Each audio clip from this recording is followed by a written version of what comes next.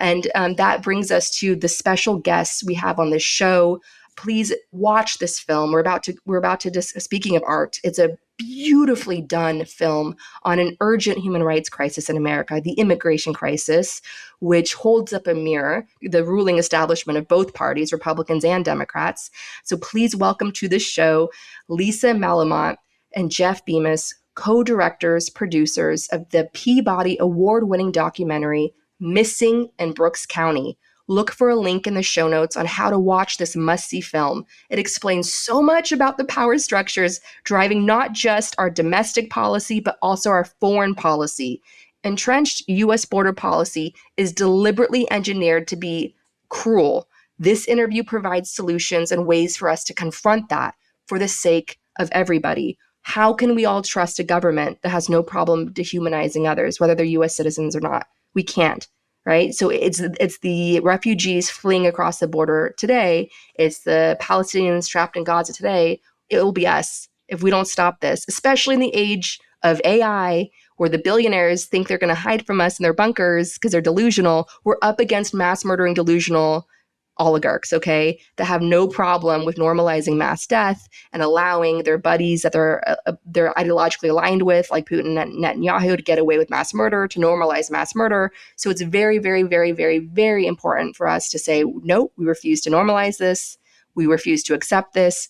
We are going to join together, stay together to imagine that a different future is possible. So please listen to this interview and watch the film after, and join me at the workshop I'll be posting next week. It's a podcast that you can download, listen at your own time, take notes. I'll have some prompts included in this, and that'll be my thank you gift and to share my gratitude with our Patreon community that allows our team to stay together and keep making this show and fight for a sustainable, livable future for us and the generations ahead. Remember, we're building a ladder out of this black hole of corruption, one rung at a time, and we're going to do that together.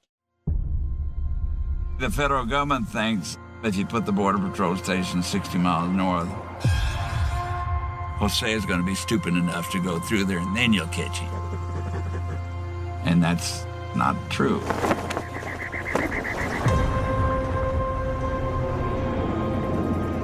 The Border Patrol station is making these people walk in that deep sand with very little water. Sheriff's Office, let me help you. I'm trying to have some information regarding a family member who is missing. There's been a lot of missing people.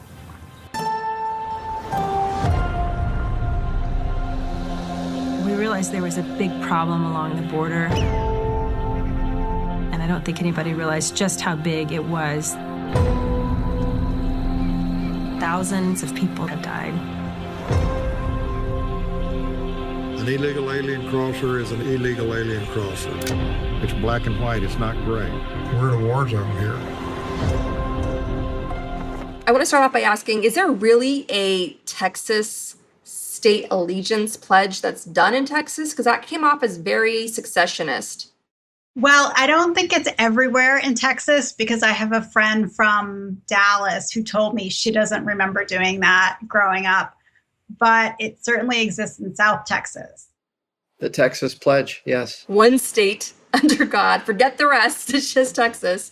Yeah, that came off as very secessionist. And there's been, of course, Kremlin-backed secessionist movements coming out of Texas. And you know what they would love to do, but they need our so-called blue state tax money to survive and deal with a lot of their own state-caused problems, like the blackouts, rolling blackouts, and so on. So walk us through Brooks County, Texas. How did this crisis happen, and what can be done to stop this death trap there?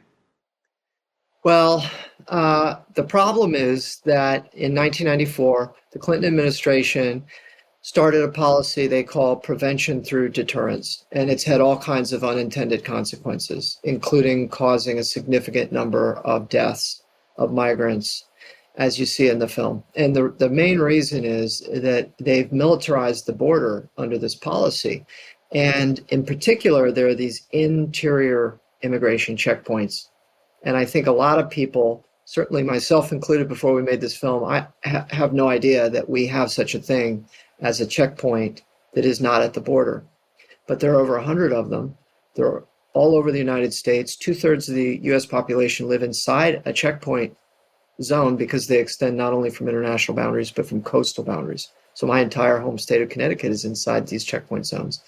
And when they put these checkpoints there, it forces traffic to go around them into deliberately chosen hostile terrain where people succumb to all kinds of things: heat stroke, snake bite, dehydration, etc.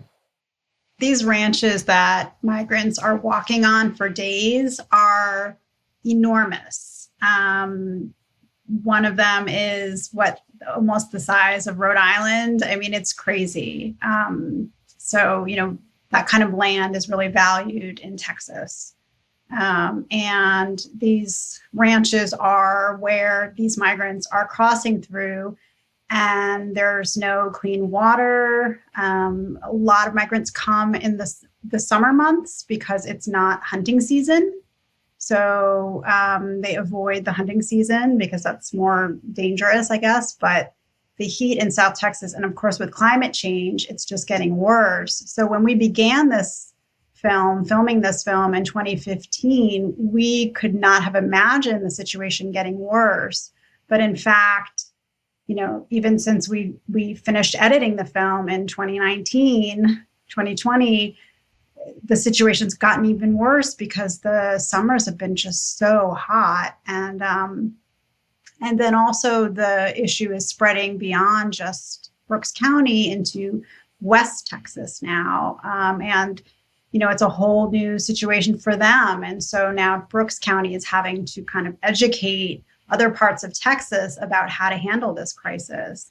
There's not a whole lot of federal money that's supporting this crisis. So it's really, and that's the situation we're presenting in Missing Brooks County, is this world that doesn't feel like America in a way, because you've got these volunteers who are cleaning up the mess of these policies that have been around for decades. And you've got someone, at the South Texas Human Rights Center, which is just this little building in the middle of nowhere, and someone taking all the calls from families and trying to, figure out how to deal with this situation where people are desperately trying to find their loved ones. But there's no centralized system that is dealing with this crisis. So if there was a centralized system where the people who are taking the DNA from the remains and the people who are communicating with the families, if they could get together and talk, they can make identifications. But there's not a system like we have here. I live in Tucson, and in Pima County here, there is such a system. So there is a model of such a system, but the government needs to, pay for that in order for it to happen. And they're not, so far, they haven't done that for Texas. There's the crisis, there's what is happening, and people are dying. And then on top of that, there's what happens when these remains are found and sometimes just buried without the DNA taken, which is illegal. But these counties don't have money to pay for that whole process. So they're burying unidentified remains illegally. I tell our listeners all the time to make phone calls to get out the vote. And we have a big election coming up, and we've made well over 100,000 phone calls for all of these key races, like in Georgia and Senate race in Pennsylvania and so on.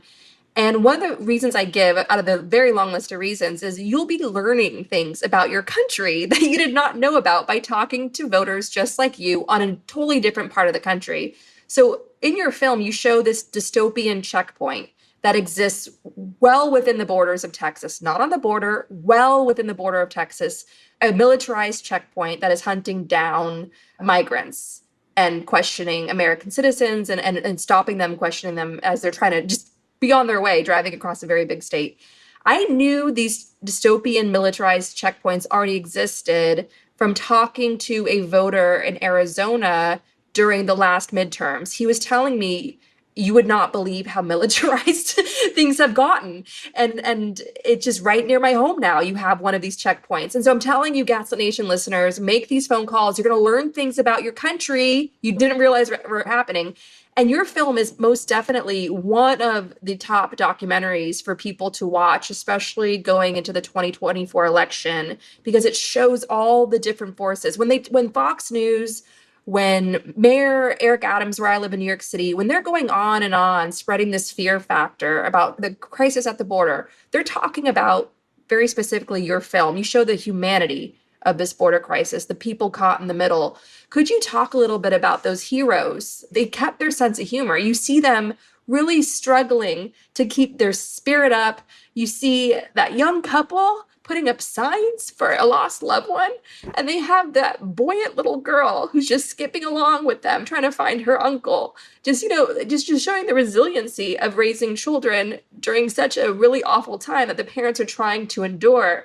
It's such an extraordinary, wonderful array of humanity that you share in your film. So could you talk about those individuals caught in the middle and how they're trying to deal with this?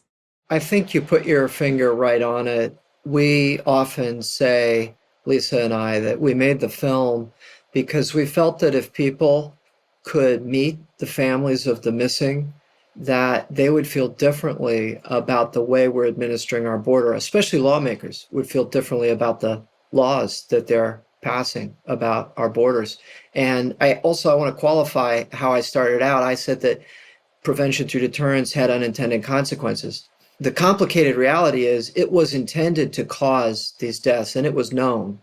But what they thought would happen was it would send a message of deterrence that would be heeded, and these deaths would stop, and it would act as a natural barrier, this uninhabitable, inhospitable terrain. But it didn't happen. They've never achieved an acceptable level of deterrence, and people are just dying. In the film, we put 20,000 as the number. We're being very conservative. I mean, there's some groups who are estimating as many as 80,000 since 1994, since this policy started, because most are never found. And and that's, I think, one thing that we learned doing this film is, it's one thing when you lose a family member and they die and there's a funeral and a ceremony and there's a moment where you can at least try to process what's happened, pick up the pieces, and perhaps move on. But the real tragedy of the missing is that there's never that moment. The people don't die. They just never come home. You're in this endless grief, this limbo of pain and suffering. I really think it's one of the worst things that can happen to a person, is to have a missing family member. God, we talk a lot about Ukraine on the show. I have family friends in Ukraine, and a lot of the things that they were saying in the show, it's what Ukrainians are saying. I don't know how I can carry on. You'd say things on your documentary. How am I allowed to laugh? How am I allowed to live my life right now, knowing that my brother's out there? We don't know where his body is. And it's just the saying where our lives go on, but we have this hole in our hearts. And I think when people think about the migrant crisis, what these people are living with, it's what so many of us are living with. It's us, it's our families down there that are struggling with this, trying to find their family. It's us. It's like we all sort of feel like we have a hole in our heart from people we've lost from the pandemic, people we're afraid of losing because of long COVID and so on. Like so many people right now and around the world are living with that exact same hole in their heart of grief and searching and wanting answers and closure. And so when people think about what is this migrant crisis, what is this border crisis, it's the same hole that's in your heart. That's what it is. And your film captures that so beautifully. Then there's also Eddie and Kate. So Eddie Canales runs the South Texas Human Rights Center. He came out of retirement to do this. It's completely funded by donations. And so that's not easy. Every day he's getting calls all day long on his cell phone from families. And then Kate Spradley at Texas State University is working with other colleagues and students to do what they can to make this better. But the fact is that this is really a crisis. It's a mass disaster, as Kate calls it. And the thing that's different about this mass disaster is that it's very quiet and it's invisible. It's happening on private ranch land. Every August, we hear about it again in the New York Times or some big paper, because there's so many deaths in the summer, and there's usually an article in one of the major papers about it, and then it gets quiet again, and a year goes by, and then they talk about how this is the worst year on record for migrant deaths, and then another year goes by. It's unbelievable. Like, Jeff and I can predict what's going to happen because we've been working on this since 2015. So we've seen it evolve, and we see the patterns. And I also think that Americans just don't know what we didn't know. I mean, I knew about migrant deaths for sure. I live in Arizona, but we had never heard of Brooks County when we first went there. And when we got there, we thought we were going to the border. We were brought down to Brooks County by another forensic scientist who we had reached out to about possibly doing a film about her.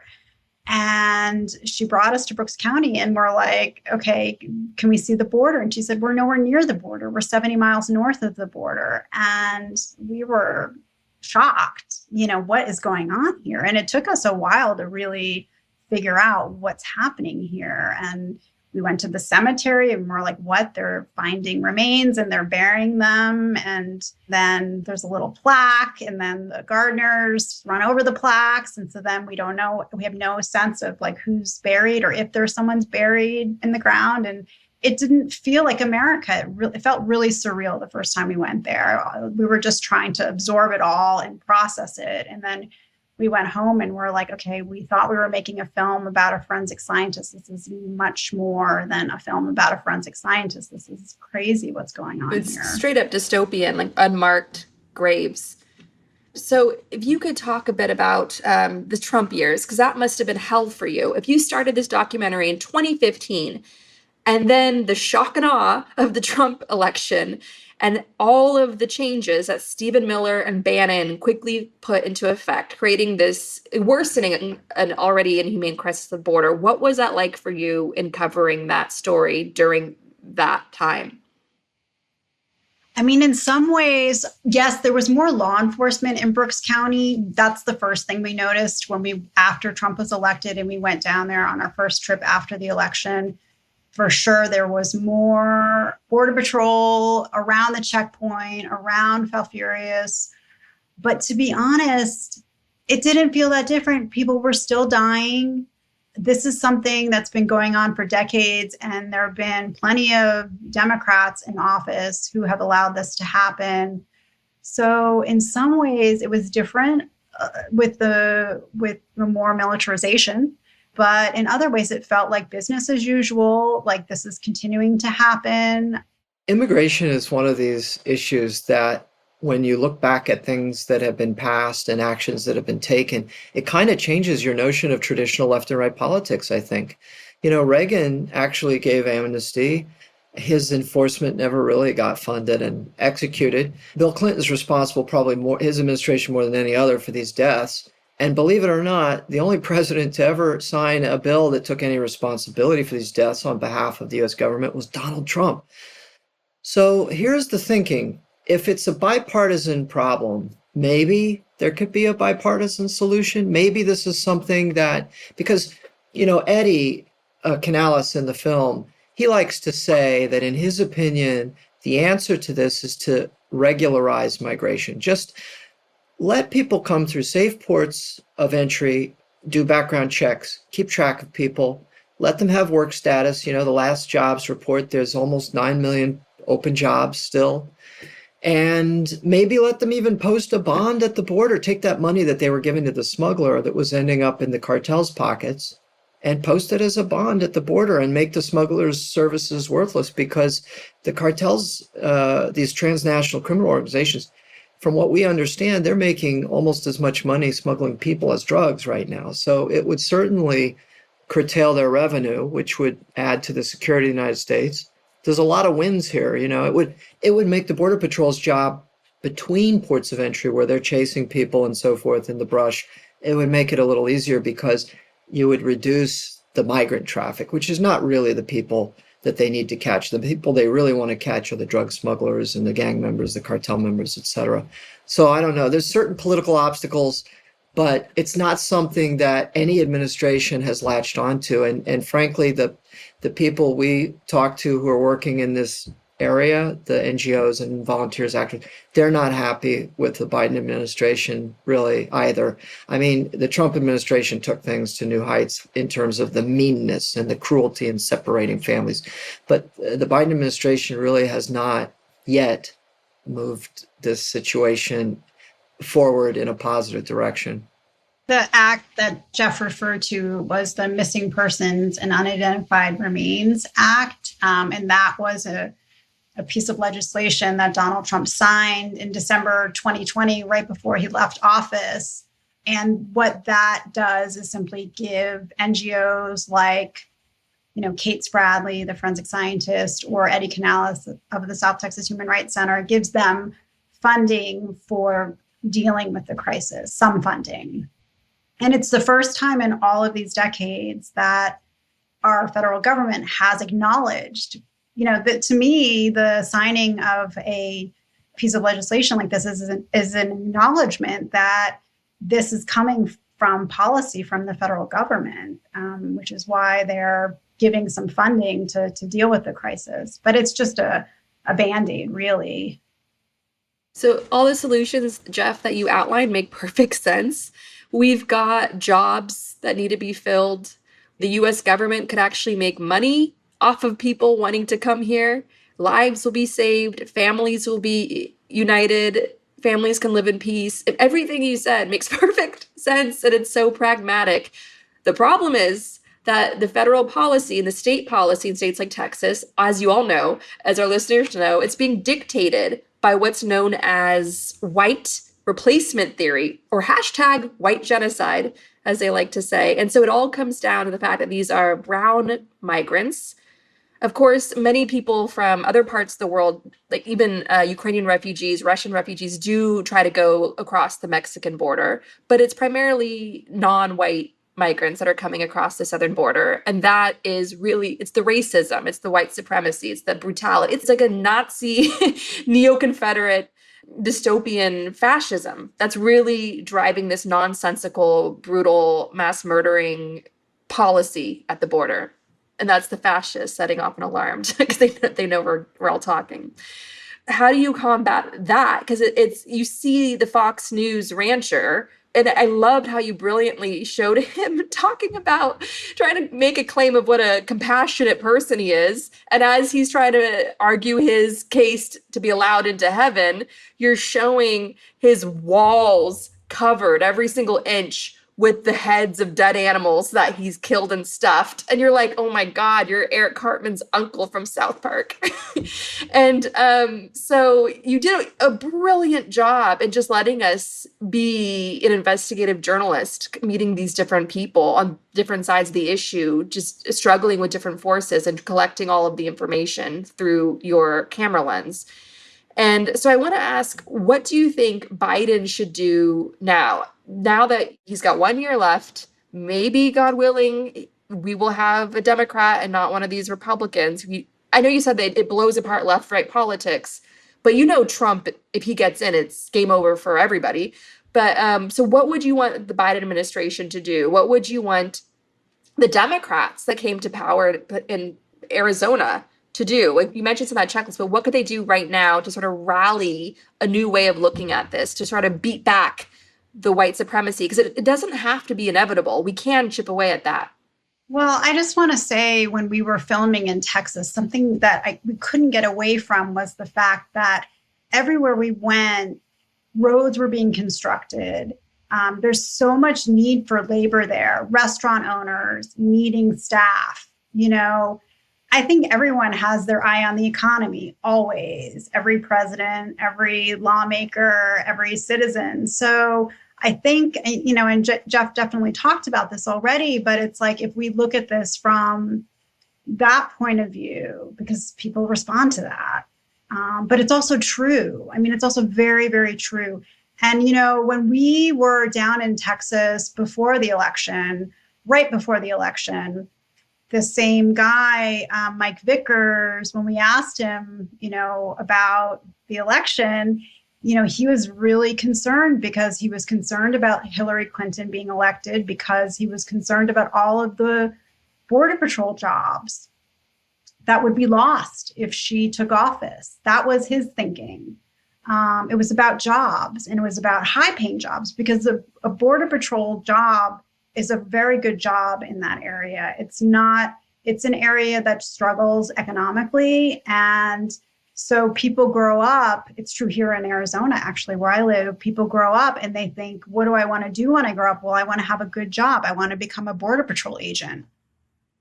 That is the way they think, because that is the reality. So creating a different kind of job that deals with this crisis, that's not that kind of job, but is more of maybe an administrative job, which is keeping track of people coming. And, that seems like a decent, humane solution. They've been hiring Rambo and G.I. Joe to patrol the border. And, people say, well, really what they need to be hiring are managers who can run a system, because that's what most of the work is now, shepherding families through the system. Yeah, the system's dysfunctional, like you said, but you have a bunch of cowboys that want to play cowboy. Yeah, it's a silly policy. I mean, it's a dangerous and devastating policy, but it's also ridiculous in many ways. This catch me if you can zone. In the film, the Border Patrol agents that we follow are actually part of a special division called Border Star. That's the search and rescue division.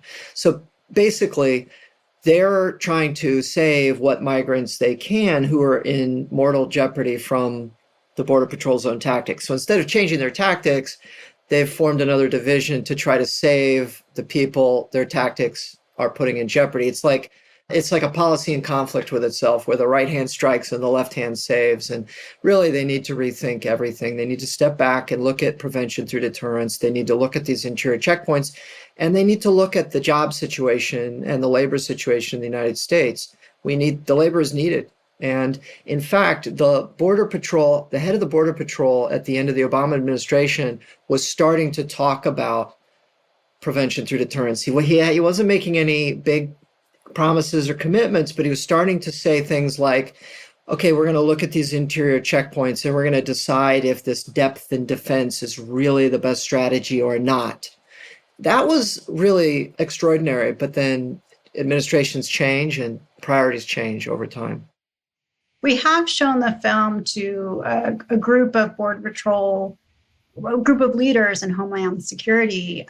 So there are people willing to think about this. Nothing has happened yet, but I can't help but think that there is possibility, since they were willing to watch the film and discuss it with us. Because ultimately, no one wants people to die. That is for sure. I fully believe that after working on this and sharing it with so many audiences, different kinds of audiences. We did a Texas tour with the film, and it wasn't like we were showing it in Brooklyn. We were showing it in various parts of Texas, and we got some audience members during the Q&A to say, hey, this is really making me rethink some things. And that was really powerful for us, that at least it's the beginning of thinking. I feel like one of the ultimate goals of this film is to change the conversation, change the way we talk about migration, and, talk about it in a way where we understand we're talking about human beings. And so that we have definitely seen little hints of possibility in the distribution of this film. It's a cultural change that's needed. And I think back on how they try to make Kamala Harris the border czar and send her down there and send her down into those countries and say, do not come. And unfortunately, a woman, especially a Black woman in that position, if she tries to take us in this direction, this pragmatic direction, she's going to be seen as weak. A woman, a Democrat, weak on crime. Look, they're not ready to lead. They're so emotional and empathic. Get her out of there. And so But really, this is just the common sense solution. The government will make money by putting up that financial bounty. You'll save money on resources, having to go out and hunt for people you've killed through your brutal policies and so on. So hopefully Kamala Harris watches your film and makes a legacy for herself, a meaningful and brave one, and gives that all another shot. How high up have you been able to go in the Biden administration with this film? Well, we've taken a couple trips to Washington, D.C. The last one, Eddie Canales and Kate Spradley from the film came, and we had some briefings and some presentations, some meetings, and a big screening in the evening. It's hard to know how far you're getting. I'm not sure that we've made huge inroads with the Biden administration or the executive, but Eddie and Kate had some good meetings with some representatives, House representatives, and their staff from Texas. And there were some new ideas in the meetings. Whether there will be follow-up and whether there will be a political will, I can't say. I think Lisa kind of mentioned earlier that one of the problems with this is it's such a quiet disaster that it doesn't create the urgency that you might need to create the political will. For example, if this were a genocide, if this were some kind of military conflict, or maybe planes were crashing in South Texas and 1,000 people a year were dying, we couldn't ignore this. But in this case, people walk into the desert sometimes and they just vanish, and they don't have political clout. And sometimes the families don't have a voice or political clout. And so it's very, very hard to get someone to change a big policy to prevent it. And I think also people don't want to hear about it. I think I remember talking with Robin Reinecke, who started the Colibri Center for Human Rights here in Tucson. And she was, for a long time, it's no longer, but she was sort of the Eddie Canales of Arizona. And so she was communicating with families from all over Central America, in Mexico. And she told me once that whenever she tells people what she does, it gets really quiet. And people, I think people just don't want to know that this is happening in their country. Those that do know, or hear about it, it's just like, I don't know, it's too difficult to think about that we live in a country that is okay with this. For decades has been okay that this has been happening. I think it's really difficult for people to hear about this and probably to watch our film. And, we have heard from many people that it does stay with them. And it's haunting. It was haunting for us to see it ourselves, to be honest. I'm sure the listeners to this podcast, would like to know what they can do, and they can call their lawmakers. They can watch the film and they can share the film. They can call lawmakers and say, I become aware of this problem and I don't want people to die. I mean, it's that simple. You don't have to even know more than that. You can just say, I don't want people to die for what's essentially a crime of trespassing. That would be a start. But you really outlined some brilliant solutions that any smart rising star in either party could adopt and make our country some money and save lives and create some smart, transparent systems and save the taxpayers money. And I think that just needs to be a bill. We just need to take this episode and turn it into legislation. I want to just highlight some of the reasons why people are choosing to take these risks. One of the stories in your film talks about how Mexico just feels like a mafia captured state, and that you really don't have a future there unless you want to be in with the mafia and that compromise and the dangers there. Could you speak a little bit about some of the reasons why people what are they running from? What are they trying to leave? I think we should probably start using the word refugee. I mean, people that are coming across the southwest border certainly fit that definition. This phrase, coming for a better life, this has been used for decades. And I just recently spoke with an immigration attorney, and he said, yeah, that's what everybody says. But once you get to know them, you know that there's always a story behind that phrase. And these days, the story has gotten quite dire. People are not able to feed their families. They're not able to live safely. There's forced gang recruitment, all kinds of drug violence. We've heard stories that you can't even improve your house. Let's say you want to fix up your front porch. People might think you have money then, and they might kidnap your family. And there's corruption in government and law enforcement in a lot of these places. And now we have on top of it all climate displacement, and it's safety and security in a lot of places in the world has deteriorated and is continuing to deteriorate. So it's not like people are coming for this better life. It's all about ambition and they want more.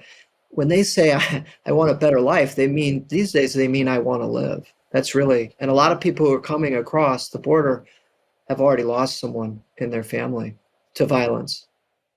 Yeah, and as we know, it's very difficult to gain asylum in this country.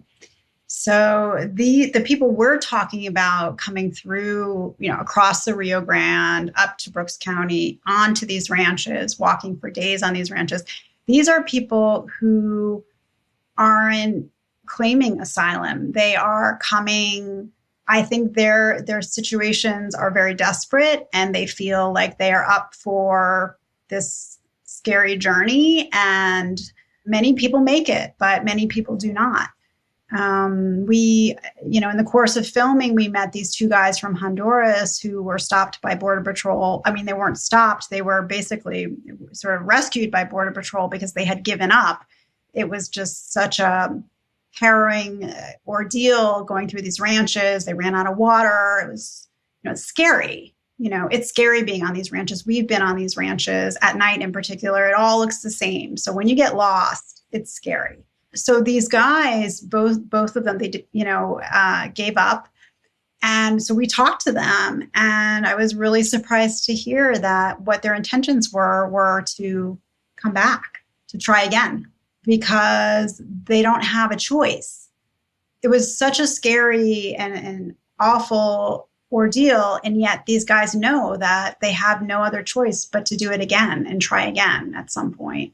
I have to say, from your film, from these conversations, I was getting flashes of all of my research into the absurdity and evil of the Soviet regime with the unmarked mass graves and like the paranoid dysfunctional systems.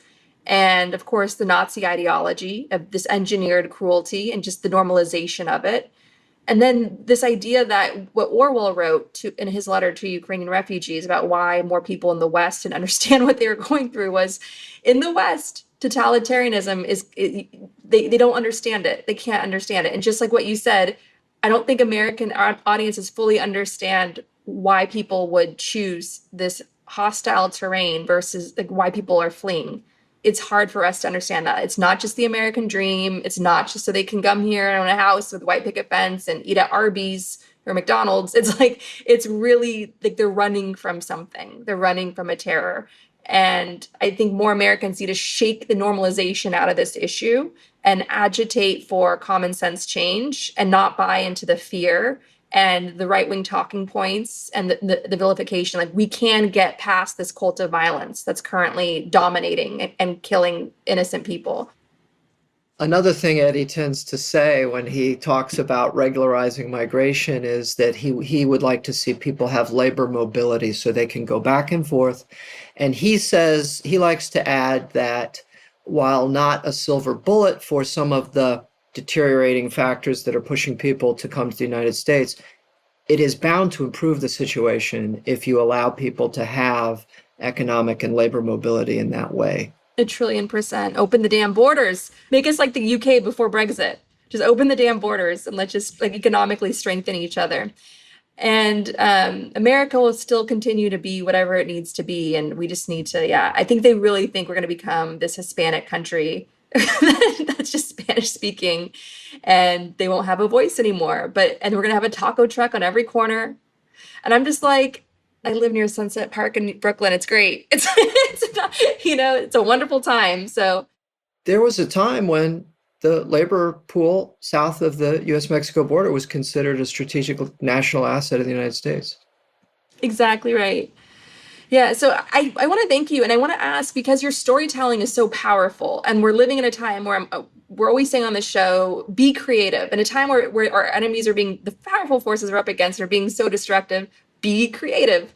Could you give us advice on storytelling? Because your storytelling carries so much power. So how do you approach your work in terms of storytelling, and what could you pass on to our audience who are storytellers of many varieties? I think as documentary filmmakers and not journalists, we are lucky to have the ability to not have a deadline, basically. And so we kept going back to Brooks County again and again. I think we made 14 trips there over 4 years. And we really immersed ourselves in the community there and really built some strong connections and rapport with people there. And I think because we didn't force the stories, we sort of were there when they were happening. And I think observing and going in as people who want to tell a story, but we didn't know what that story was exactly at the beginning. And we didn't actually even meet the Romans until probably a year and a half into filming.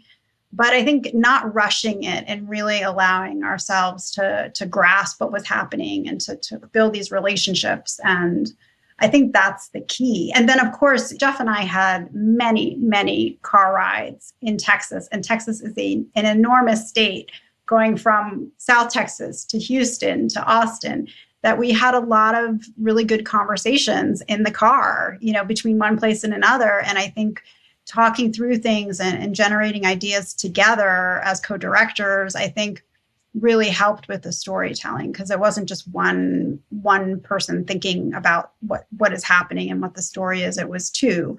I think that those were two big advantages, having the luxury of going back many times and establishing relationships, but also having the time talk about it and then go home and be away from it too, because it's so intense, this type of story. To have a little distance from it, I think helped us a lot. And then we had a lot of luck. I mean, we had a lot of bad luck filming, like every documentary filmmaker, but we had a lot of good luck and people who are willing to help us. And also, since making the film, during the making of the film, but after, too, partners, Washington Office on Latin America, the Southern Border Communities Coalition, lots of people who are already working on these important issues have stepped up and helped us get the film in front of the right people and, support the film 100%. And we're so grateful to all the people who are working to try to make this better. I would just add, collaborate. I think that's really important, to find collaborators to work with. And one person has a down day or down week, the other person can sort of keep them going, and vice versa. And it really works, I think, especially if you're on a longer project. Well, thank you both so much. And as I said, I consider your documentary up there with Ava DuVernay's The 13th. People should watch both of those films hand in hand to understand the authoritarian threat America is experiencing right now, that built our nation, and that we need to redo the culture. We need to impeach the normalization, as we say, and build a new culture, because another world is possible. And the climate crisis is just going to make this refugee crisis on our southern border infinitely worse. So we have to get ready for that now and act humanely now and build humane systems now. Absolutely. Thank you for the conversation. Thank you so much for inviting us and allowing us to talk about the film. We can't get enough about talking about this after working on this and living this for so many years. Like, we just want to tell everyone and anyone that this is happening and that it cannot continue.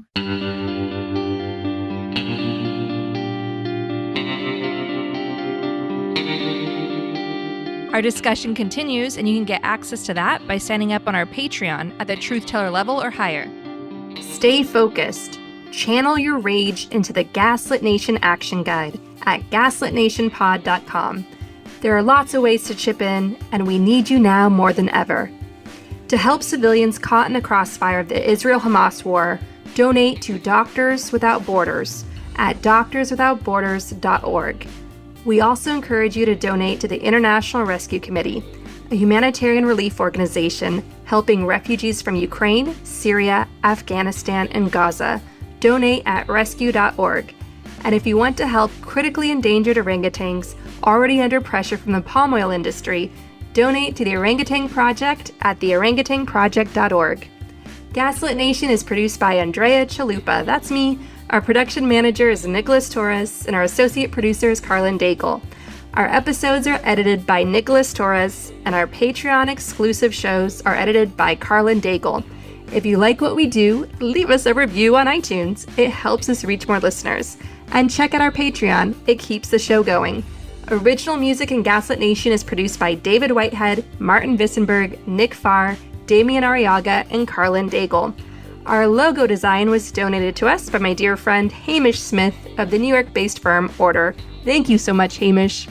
Gaslit Nation would like to thank our supporters at the producer level on Patreon and higher.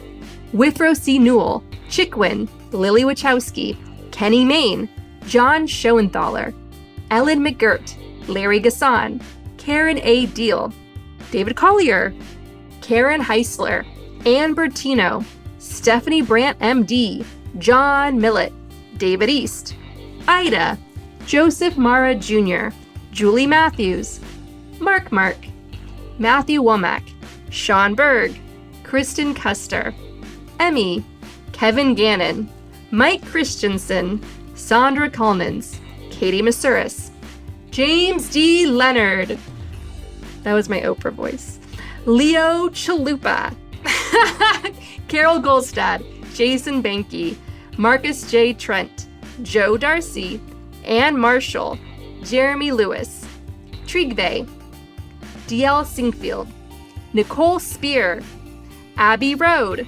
Jans Alstrup Rasmussen, Sarah Gray, Diana Gallagher, Leah Campbell, Jared Lombardo, Ann Marshall, and Tanya Chalupa. Thank you all so much for your support of the show. We could not make Gaslit Nation without you.